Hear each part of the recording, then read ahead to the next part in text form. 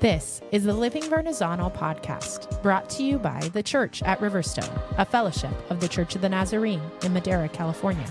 We are a podcast that discusses the intersection of Scripture and our lives. Together, we continue the conversation that was started each preceding Sunday morning in our worship gathering.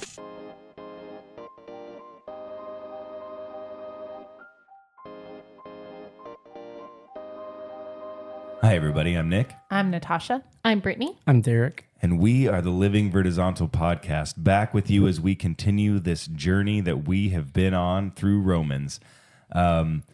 We are moving into Romans chapter 9, verses 14 through 29 today. But before we get there, I would like to just recap us on where we were in Romans 9, verses 1 through 13.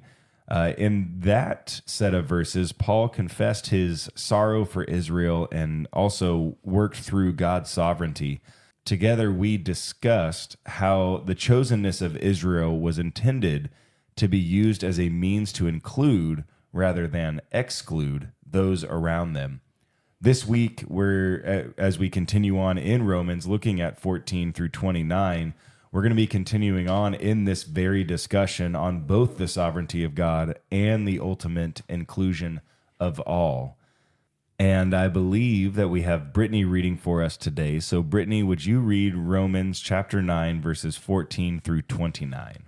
Sure. Romans 9:14. Are we saying then that God was unfair? Of course not. For God said to Moses, I will show mercy to anyone I choose, and I will show compassion to anyone I choose. So it is God who decides to show mercy. We can neither choose it nor work for it. For the scriptures say that God told Pharaoh, I have appointed you for the very purpose of displaying my power in you, and to spread my fame throughout the earth. So you see, God chooses to show mercy to some, and he chooses to harden the hearts of others, so they refuse to listen. Well then, you might say, why does God blame people for not responding? Haven't they simply done what he makes them do? No, don't say that. Who are you, a mere human being, to argue with God? Should the thing that was created say to the one who created it, why have you made me like this?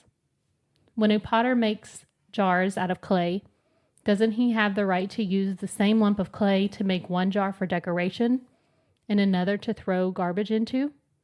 In the same way, even though God has the right to show his anger and his power, he is very patient with those on whom his anger falls, who he destined for destruction. He does this to make the riches of his glory shine even brighter on those to whom he shows mercy, who were prepared in advance for glory. And we are among those who he selected both from the Jews and from the Gentiles.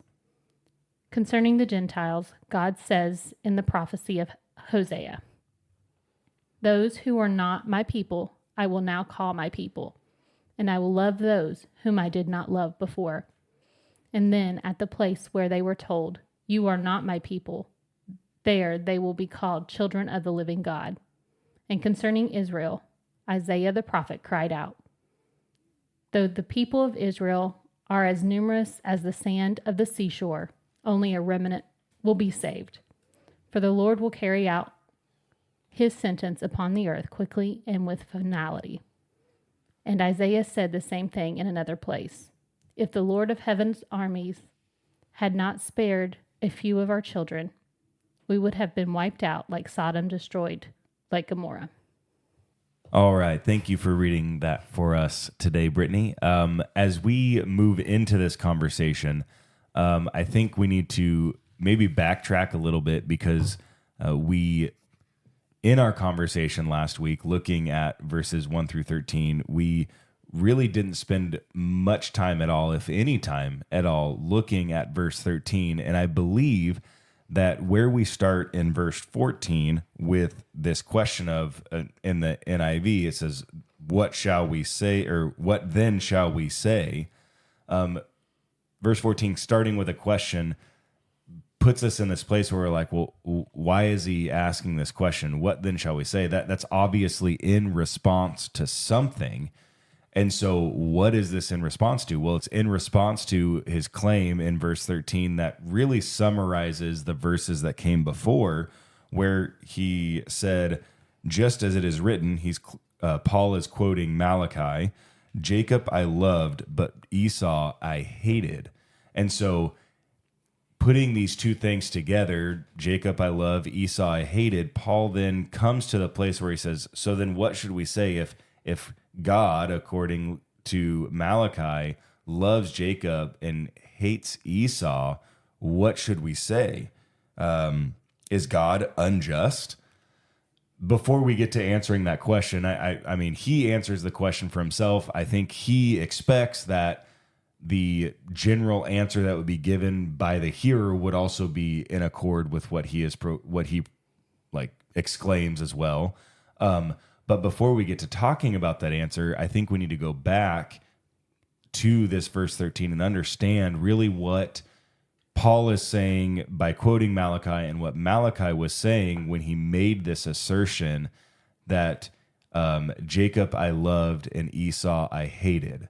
I think it's more appropriate for us to read that, and rather than kind of understanding like this emotional connection or attachment that we would typically think of when we think of love and when we think of hate, it's more appropriate for us to look at it in like a chosen or a choosing away from or a choosing for type of language. So when we see this statement of God loved Jacob, again, it's not this like has this emotional connection to him, but has chosen Jacob for a specific purpose. And in the same way, because he has chosen Jacob for that specific purpose, he has also not chosen Esau for that specific purpose. And so he has chosen away from Esau. It's not that he's got any beef necessarily with Esau, although I don't want to go too far into that and argue that case, but it's more just he's chosen away from him. He didn't choose Esau to be the one through whom he was going to work this particular plan. That was for Jacob. And I think this is consistent with what we read when we read that verse in particular in context. If you go back a little bit further to verse 10, it says, not only that, but Rebekah's children were conceived at the same time by our father Isaac. Yet before the twins were born or had done anything, good or bad, in order that God's purpose and election might stand, not by works, but by him who calls, she was told, the older will serve the younger. And so this selection, this I loved, hated, this decision was made prior to their birth, before they had done anything to either earn it. So Jacob hadn't done anything to earn God's favor or his chosenness to fulfill this promise that was given to Abraham, nor had Esau done anything to lose God's favor or cause God to choose away from him. This is just the selection that God made prior to their being born. Another thing, as I was looking into the hated and loved conversation, is Jesus actually uses this same kind of language. And it seems inconsistent for God to say something like, I hated someone, just because we know Right. God is love. And so that seems very inconsistent. And when you look, Jesus uses this same language in Luke 14:25 through 27. Right. He's talking to a large crowd of people who approach him. And About the cost of what it means to follow him. Exactly. And his response is, if anyone comes to me and does not hate father and mother, wife and children, brothers and sisters, yes, even their own life, such a person cannot be my disciple. And whoever does not carry their cross and follow me cannot be my disciple. And so Jesus uses this language, hate. Now we know that Jesus doesn't want us to hate our parents. He doesn't want us to hate our siblings, right? In the practical sense that we would think of this use of the word hate. Well, I mean, he calls us to love. Right. And so we've got it, that inconsistency has to cause us to pause and say, okay, something else must be going on here that's different. And if we read it in the lens that you described, where this chosenness or choosing away from, then we read instead that Jesus says to the crowds, if anyone comes to me and does not choose me over their father and mother, wife, children, brothers and sisters, and yes, even their own life, such a person cannot be my disciple. Now that sounds consistent with Jesus. And so I think that really, in Jesus's words, backs up this statement that Paul's making here when he's talking about this idea of God hating, which he's quoting Old Testament. So, I mean, even when it was written then, this idea of hate really is an idea of choosing not to work through that direction or choosing something over that other thing. Right. But, and I think even with that understanding, I think that brings a level of clarity and maybe doesn't immediately make us jump to, well, what on earth is going on here? But even in that vein of thinking, as we think about this idea of, okay, well, God has chosen to work through one and has chosen not to work through another, you could still hear maybe some people who would ask the question, well, like, then what? Like, is that really fair for God to just choose to work through somebody and choose to not work through somebody else? And I think that's where Paul begins to work through this thought process as we work through this passage that we have before us. And I mean, I think we see that played out in our lives all the time where, you know, some of us consider man, how cool would it be to have that testimony be my story? To me, get to change like hundreds of thousands of lives by my testimony or by God's work through me. But then sometimes God's plan for you is that you're going to save one or two. And that's his plan. And that works together for this greater good. And who are we to say, God, what on earth? Why did he get to save 100,000 and you only gave me 2? You know, for God, like he has made these selections and chosen this, and we're working. That gets so selfish and so myopic because we're working together to accomplish this greater good in the end, to bring his kingdom here. And so really it's absurd to say, is God unjust in this? No, God is working all things together to bring his greater good and to bring his kingdom here. And so just as he chose to work through Jacob to bring his promise into the world, it doesn't mean that he's not also going to be present for Esau and available to Esau. He's just choosing to bring this blessing and this particular promise, blessing, into the world through Jacob. And the same is true for us today. Right. I think we can look at even the story of Paul. We already covered this earlier when we started in Romans. We went to Acts, and we talked about Ananias and his role in Paul's life. Mm-hmm. I mean, that's a great way to look at it. Ananias didn't have the same story that Paul did. But if we don't have Ananias, we don't know that we have Paul in the same way, because he said yes to what God asked him to do, as insignificant as it may have seemed at the time. And even though he probably didn't really want to do it,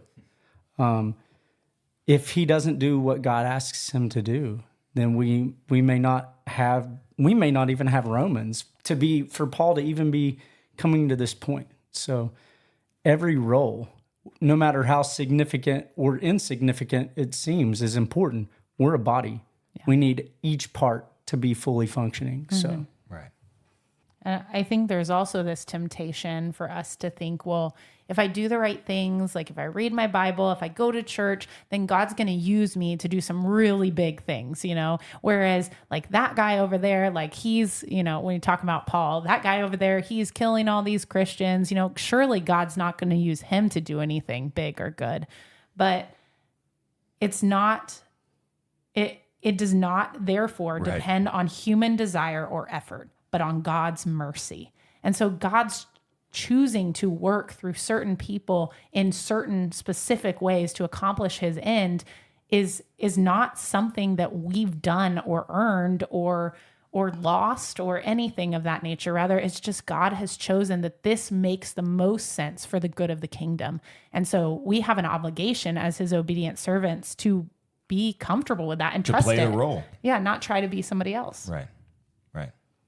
And one of these people, as Paul goes on and as we read on in Romans here, looking at like verses 17 and 18, one of these people that God chose to work through in a specific way was Pharaoh.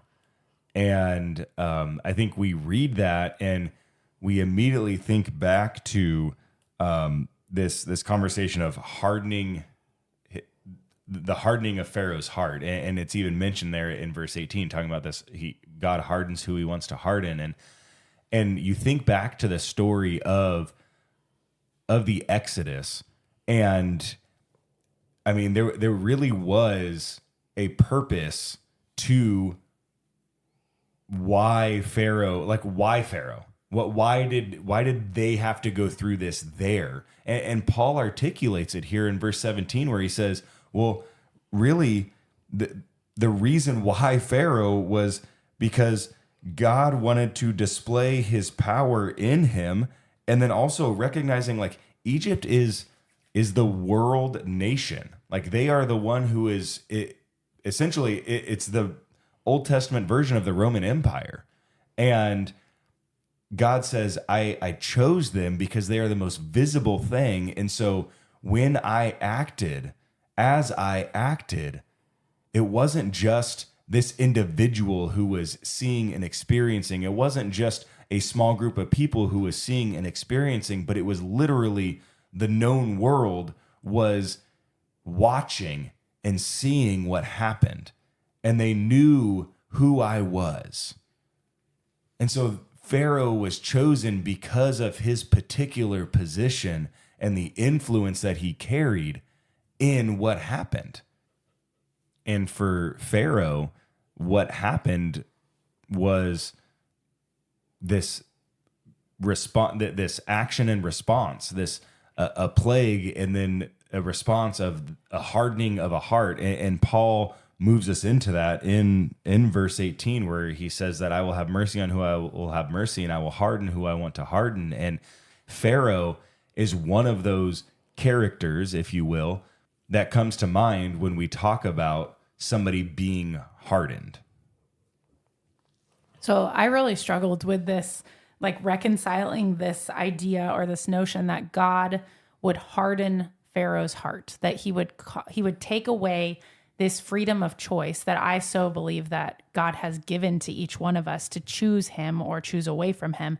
And so I didn't really know what to do with this. And so as we were doing some research and talking and discussing, I went back to the Exodus story and we looked at Pharaoh and all the different accounts in which his heart was hardened. And each one of those, you can go back and look at them. There's Exodus, it starts in chapter 7. So Exodus chapter 7, verse 22, 8, verse 15, 8, verse 19, 8, verse 32, 9, verse 7, 9, verse 12, 9, verse 35, chapter 10, verse 20, 10, verse 27, 11, verse 10, and 14, verse 5. And so there's 11 mentions of Pharaoh's heart being hardened. And the cause of this hardening in each one is varied.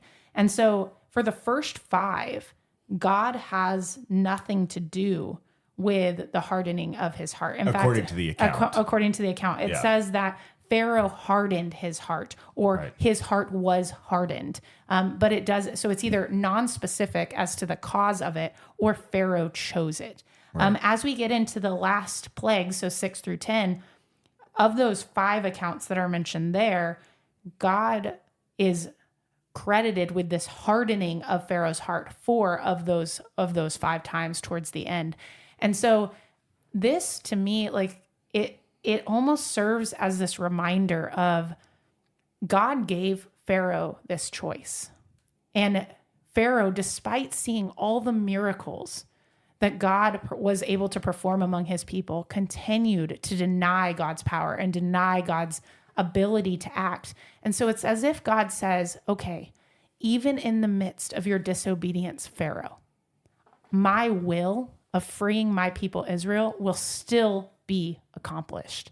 And so God acts through Pharaoh's disobedience and is still able to bring his kingdom in the way that he has intended it, now using Pharaoh's chosen disobedience to accomplish that end. And so I don't think it's a coincidence that these first 5, for the first 5 times that Pharaoh's heart hardening is mentioned, it's not God who's the cause of it. It's either Pharaoh or the cause of it is unmentioned. And so I think that that's really important and has helped me a little bit kind of grasp a better understanding. I don't know that I could fully, Sure. but for me, I think that helped me to reconcile this idea of God working through Pharaoh's hardened heart in this way. When I would say in those first 5 times, you can see the mercy and compassion of God on display. And yet this desire of his own heart to continue to reject. Every time as Moses goes away and prays, he's choosing to, or at least, as you pointed out, the first several times he's choosing to reject this mercy and compassion that God has extended. So we don't do anything to earn the mercy and compassion, but I would say that there is a part that we do play in this role of mercy and compassion. Like he's extending it to us, and what are we doing with it would be my question. Like, what are you doing with the mercy and compassion that's being extended? Well, I think that's a fair question. And, the statement that Paul makes is, I will have mercy on who I will have mercy on, and I will harden who I want to harden. And thinking about Pharaoh, now this is total speculation here, right? But to look at what Paul asserts as the purpose that God had for Pharaoh, which was to show his power in him and to essentially use him for the world to know who he was. That was the purpose of Pharaoh. Now, that was accomplished in his disobedience. Could that have been accomplished in his obedience? Absolutely. I would say absolutely. Mm-hmm. And with that, so the last time that this is mentioned in Exodus chapter 14, verse 5, I'll go ahead and read it real quick. It says, when the king of Egypt was told that the people had fled. So Pharaoh had hardened his heart, but then ultimately relented and allowed them to go. Right. And it says, Pharaoh and his servants had a change of heart toward the people. And they said, what is this that we have done, that we have let Israel go from serving us? And so again, it goes back to Pharaoh deciding to pursue them. And so Pharaoh's ultimate end can't be blamed on God's hardening. No. Yeah. It's a conscious choice that Pharaoh and his officials make, that, wait a minute, we can't do this on our own. We need this group of people. Labor. Yeah, we can't trust this God that is clearly gone with them. I don't know what he's Right. thinking, but I don't know. That stood out to me as we were. Well, and I think talking that what you just brought up is an important point to make. And it's something that I also read in one of the commentaries that I was reading. And this idea that God hardening a heart is not a commentary on finality. So just because somebody's heart is hard doesn't mean that is their ultimate end. Right. That's a particular moment for a particular situation to accomplish a particular thing, but it does not mean that is their ultimate reality. And I think we need to make sure we hold on to that. And I think that's why this is such an important conversation for us to be having here in the midst of this, because this is such a major passage, like these collection of passages right here all in a row in these few chapters. They're leaned on heavily to begin to have a conversation on the ultimate sovereignty of God, but it seems irresponsible to simply come to this passage and only emphasize and hyper-focus on the sovereignty of God. Really, as we think about this sovereignty conversation, I think the conversation we ought to be having, and also the conversation that Paul is in fact having, is this conversation on the mercy of God that is being demonstrated in the midst of his sovereignty in the lives of the people as they live. You were talking about the sovereignty of God. So even in that same conversation, who are we as the pottery to say this is how God intended it to be? Who are we to say it has to be this way? It can only be this way. He can only be sovereign and not both sovereign and allow for the plan for others to come, because they were living in this realm of, it has to be this way. The law, you have to follow the law. You have to follow our customs and traditions. This is the only way that you can know God. Like, that's the only way you can be a part of the chosen people, is by following tradition and custom and the way that we did things. And now, like, it's been shaken up. Like, sovereignty looks different, because in his sovereignty, he's made a way for mercy for people that didn't necessarily fit the mold of being a special pot. They were just a trash can. But they're still important to the equation of the plan that God's put in place. Well, and I think what you were just talking about there, Derek, was something that I feel like Jesus brought me to on Sunday morning, for lack of a better way to say it. Because this part of our passage was just kept bouncing around in my head, probably also because, we've been reading in Jeremiah, and this conversation of the clay came up as well, and the potter, and this idea of like some being made for special use and some being made for common use, just like was bothering me. And I think probably because, Natasha, I was thinking about it much in terms of,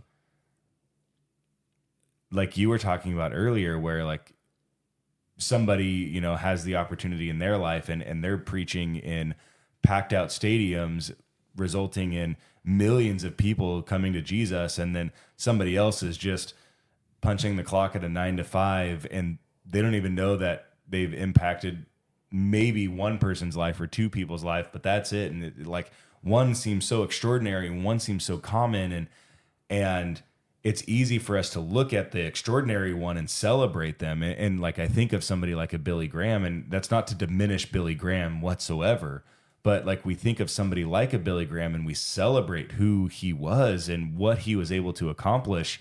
And then we don't celebrate the common pot in the same way. And yet each of them are still serving the purpose, or have the potential to serve the very purpose that God has for them, which is perfect.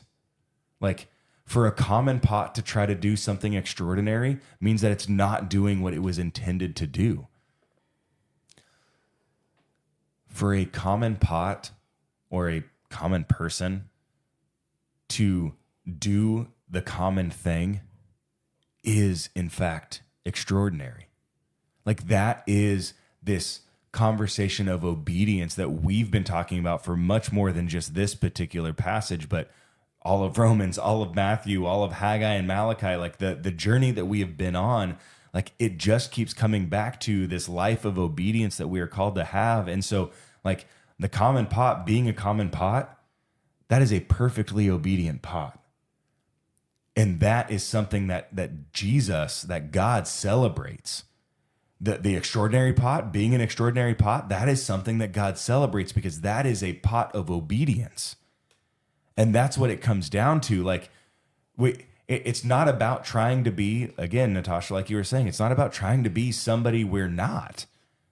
It's about learning what it looks like to perfectly walk in the life that we were created to live.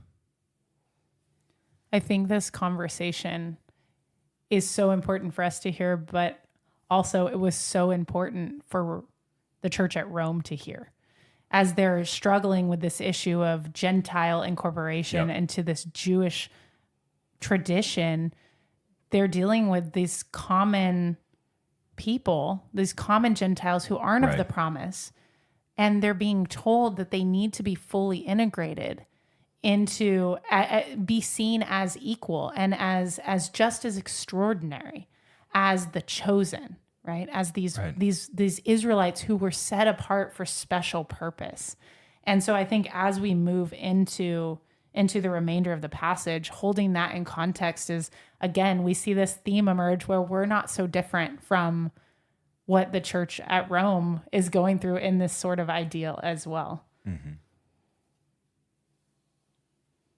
As we consider what the Jews kind of would have heard as they're listening to the reading of Paul's letter in verse 22 through 24. I think they would have had a couple thoughts. I'm going to read it again one more time just to refresh our memory. But verse 22 begins, "What if God, although choosing to show his wrath and make his power known, bore with great patience the objects of his wrath, prepared for destruction?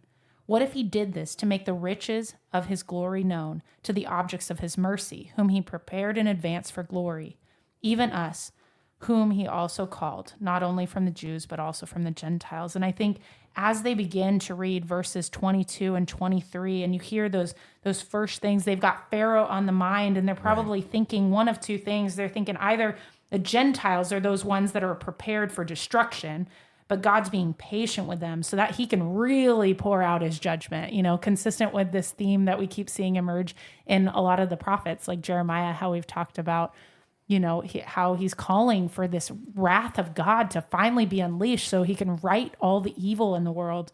Right. Or they're looking at this as God is patient with the Jews so that the Jews themselves can experience God's mercy that he wants for them. But then in verse 24, Paul kind of takes this and he tips it all on its head, and he says, "Even us, whom he also called, not only from the Jews, but also from the Gentiles." And so God is patient with everyone. Mm-hmm. And this has to be just so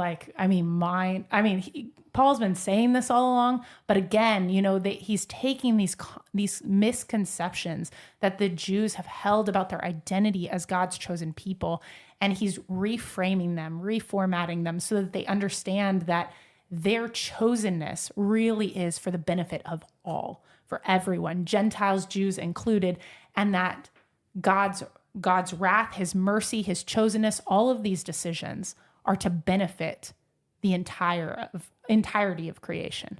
Well, and I would even say because of where we've been and like where Paul has taken us so far in Romans, it's possible that at this point in time, the Jews maybe are feeling less like the chosen of people of God and more like the rejected people of God. And we'll get to that in the next few weeks of conversation.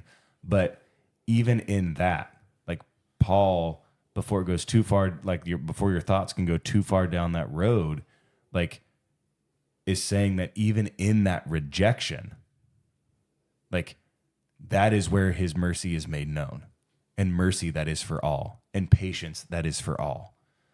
And so whether you're chosen or rejected, the mercy is still present for you. And the purpose of that chosenness or rejection is, or I should say the chosenness or the not chosenness, is for the purpose of his mercy being experienced by all. And I think that's consistent with what we've talked about as we've brought this theme into our day, where we're talking about this difference between the common person and this special purposes person, and how God's ultimate purpose is being accomplished through the participation and obedience of all. Whether for common purpose, whether God chooses to work through you in what you deem to be an unextraordinary, unremarkable way, it still is extraordinary because it's accomplishing his end. It's accomplishing his purpose, and you have that purpose and that responsibility. And if he leads you to do extraordinary things that by our definition we deem to be extraordinary, because you're changing, hundreds of thousands of lives and doing, these big awe-inspiring works for people to be able to come to Christ in just unfathomable ways. If God chooses to work through you in that way, it's for his purpose. Praise the Lord. Yes. And it's not anything that you've done. It's because God has chosen to work in that way. And so the same message that Paul is delivering to the church at Rome is true continues to be true for us today in this matter. I just imagine, we often talk about how God has given us stories I imagine like if I was in Paul's position and I was writing these words in verses 22 and 22 through 24, like just sitting there in those thoughts, like what if God, although choosing to show his wrath and make his power known, bore with great patience the objects of his wrath? I would be that object of wrath had it not been for what Christ did. Like that moment of transformation, and sitting in that as I'm trying to, encourage someone else. And then goes on to say, prepared for destruction, because we know that was our ultimate end had it not been for God's grace and mercy that Paul is trying to point out to the Jewish people in Rome. And he goes on to say, what if he did it to make the riches of his glory known to the objects of his mercy, whom he prepared and advanced for glory? And everything that he's done in this story that he has given me has been for his glory. And so he's sitting in that. I imagine he's overwhelmed. Like, am I overwhelmed in the same way, recognizing like what he's done, regardless of whether I'm common or extraordinary in this part? Like, even as common as I can feel, like in my part, because I think in some ways we all kind of feel common in our role, I still know what he did, and it's still overwhelming to me to think back to what he's done. And for the people of Israel, it should still be overwhelming. Like the Jewish people should be overwhelmed knowing what God has done for them, regardless of what their role is. So for me, like Jesus, I want to never forget. I want to continue to sit in that, like recognizing what you've done. Not that I've done anything. I'm not that special. And it's not anything that I can do, as Paul has clearly pointed out. It's nothing that I can do. It's only by the mercy of God.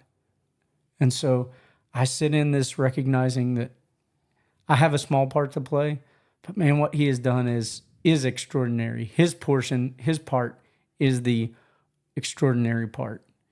And I just want to try a little bit, not a little bit. I want to try with all that I can to be faithful in response to what he has done in that great act of mercy and grace and compassion. When I look at all of this and, God's mercy and all the things that Paul is describing in this passage, it makes me think that it removes this ability to feel prideful. And because everything that has happened in my life, all the circumstances that I've been put in, and all of the things that I have and the experiences that I've experienced is because of God's mercy. Now I have a part because of a response that I have a response to that. But I can take no credit for any of it because God has given me everything. That mercy he has poured out. And that to me is very humbling and very, just makes me, I think, even more thankful and more overwhelmed with gratitude to God for all that he's done, because I did nothing. I did nothing in this situation, that it was all because of his mercy. As you journey with us, we recommend purchasing Midweek Meditations, A Journey Through Romans, Part 2, which is available for purchase on Amazon. Also, be sure to follow the Living Vertizontal podcast to stay current on all our new releases. To learn more about the Church at Riverstone, visit us at thechurchatriverstone.org.